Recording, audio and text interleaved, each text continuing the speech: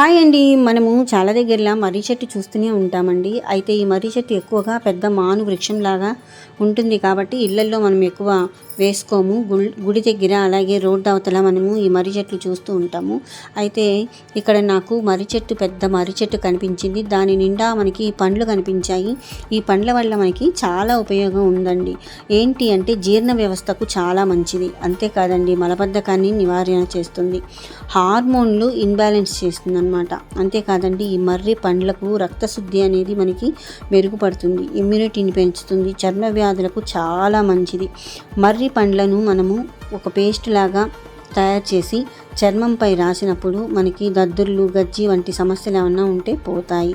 అంతేకాదండి, మనకి ఏంటంటే దీంట్లో ఇమ్యూనిటీ ఉండడం వల్ల శరీరంలో రోగనిరోధక శక్తిని పెంచుతుంది.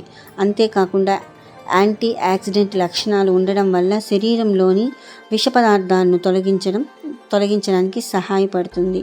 మరి విన్నారు కదండి, ఈ పండ్లను ఆరబెట్టి పొడి చేసి మెత్తగా చేసి తగిన మోతాదు తోటి నీటితో లేదా తేనెతో కలిపి తీసుకుంటే చాలా మంచిది.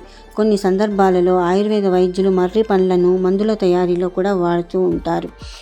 దీన్ని మీరు మందుల్లా వాడాలని అనుకుంటే చక్కగా ఎండలో ఎండబెట్టి ఒకసారి ఆయుర్వేద నిపుణుల సలహా తీసుకొని వాడితే చాలా బాగా పనిచేస్తాయండి.